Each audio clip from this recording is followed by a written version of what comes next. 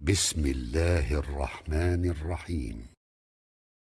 Hudaý Taala'nın 21-nji ady El-Qabiz Celle Celaluhu. 22-nji ady da El-Basit Celle Celaluhu. Bu iki atdan musulman dogallar bile gürrün etmeli bolýar. Qabz diýdigi ýygnamak, almak, üýşürmek diýdigi. Bast diýdigi açmak, ýaýratmak. Wallahu yaqbidu we yabsutu ve ileyhi turja'un. Hudaý Taala ýygnaýa, üýşürýä, Hudaý Taala ýaýratýa, emmeňizde şoňa öwriljek.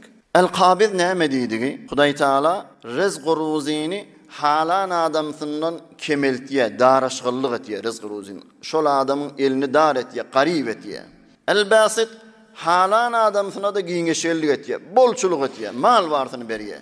İnne rabbeke yebsutur rizqa limen yeşâ'u ve yaqdir innehu kana bi'ibadihi habiran basira. Sen eýen rizqy ýaýanlar halan adamsyna kan berýänler, halan adamsyna da kemeltýänler, Hudaý Taala bendelerinden habarly görüp duranlar diýip aýtýar. Hadisde de gelýär Peygamber sallallahu aleyhi ve sellem muwatynda şuma halqyal zatlaryň gymmaty matalan qally diýär. Saniyeyi qalpdy da şuma lehzeyi. Peygamber muwatynda da şunjy bir ýagdaý bolupdyr. Sahabalar gelipdirler, ya Rasulullah, bir matalan, iwiçkiliň hemmenin gymmaty galyp barýarmyň. Sen bir özüň şähere barypdy, tatylýan ýerlere barypdy, her gaýsyna gymmat goýup berýärsiň ya Rasulullah, şondan galmasa diýip sahabalar gelipdir. Peygamber sallallahu aleyhi ve sellem aýdypdyr şonda. İnnallâhe huvel qabidul basitur raziqul musa'ir.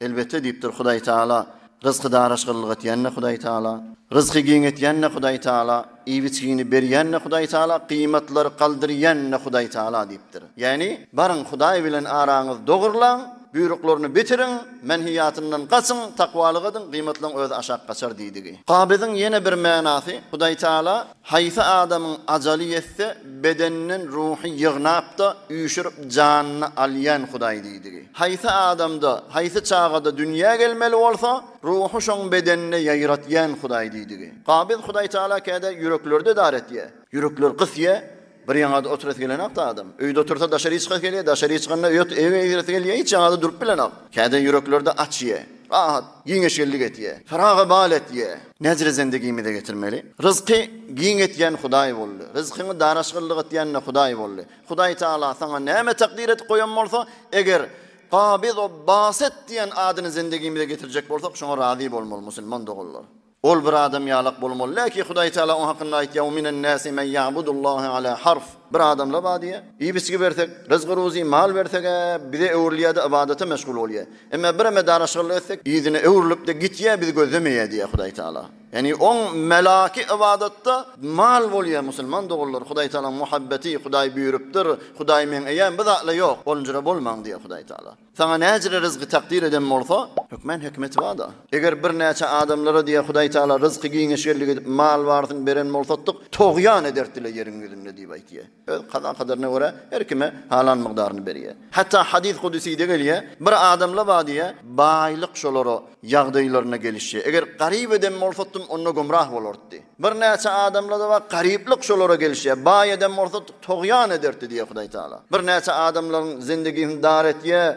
Na'uz billahi Hudaý bakhil bolansoň däl, ýa bir näçeniň zindegini giňeşgerlik etýär, israf eden däl musulman dogallar. Hemmesi imtihanna. Baý edipdir seni, mal bilen imtihan etýär, daraşgyllyk edipdir, aya sabretýänmi, aya Hudaý Taala bilen bolýanmy, haramy gitmeýänmi, Hudaý Taala imtihan etýär. Ýöne qabiz o basit bolsa da musulman dogallar ol sebepleri istifade etmeni ters däl. Yani sen başarýan bir näçe sebepler bar, sen zindegini dar etýär. Meselen Hudaý Taala'dan ýüze vurmak. Her kim men ýatlamadan ýüze vursa, dar zindegi bererdi. Sen özüň Hudaý Taala'ny ýatlamaýan, Hudaý Taala dar zindegi berýär. Daraşgyllyk etýär. Ya Peygamberimiz aýtýar, adam günah edip de özüne geljek rizqyny öwne geçýär diýip aýtýar. Bir näçe sebepler de bar, zindegiň giňeşellik etýär da. Haýsy adam gawwarsa, zindegim giňeşgerlik bolsun, ömrüm uzak bolsun, felni yasil rahime. Dogan garnaşlar bilen kine kuduretli bolmaly. Gatnaşdyn nipdir Peygamber. Yani sileye rahim, ömrüňi uzak edip de sen zindegiň giňeşgerlik edip rizq ruzin bol etýän zatla. Biz qabiz o basit, daraşgyllyk etýän, giňeşgerlik etýän Hudaý Taala emme sebep sen elinde musulman dogallar. Qabiz o basiti zindegimize getirjek bolsak, ýygnaýan we ýaýratýan nidik da. Biziň de bir näçe ýygnamaly zatlarymyz bar. Nefsimizi haramdan ýygnamaly. Dilimizi haram kepden ýygnamaly. Haram kep gelidem dilini ýym, agzyny ýym, diýişini ýym, diline getirme. Gözüni haramı gözlemeden yığnamaly. Gulaňy haramy eşitmeden yığnamaly. El ayaňy harama gitmeden, haram tutmadan yığnamaly. Nefsini ibadete garşy açmaly. Basit. Sende basit bolup bilýän. Nefsini ibadete garşy aç. Dilini ýaxşy zatlary, Qur'an oky, wagdy nasihat et, emre ma'ruf et, ýaxşy zatlary aýt. Gulaňy ýaxşy zatlary aç, wagdy nasihat et, Qur'an eşit, gözüňi ýaxşy zatlary aç. El ayaňy, eliň bilen sen infaq et, sadaka ber.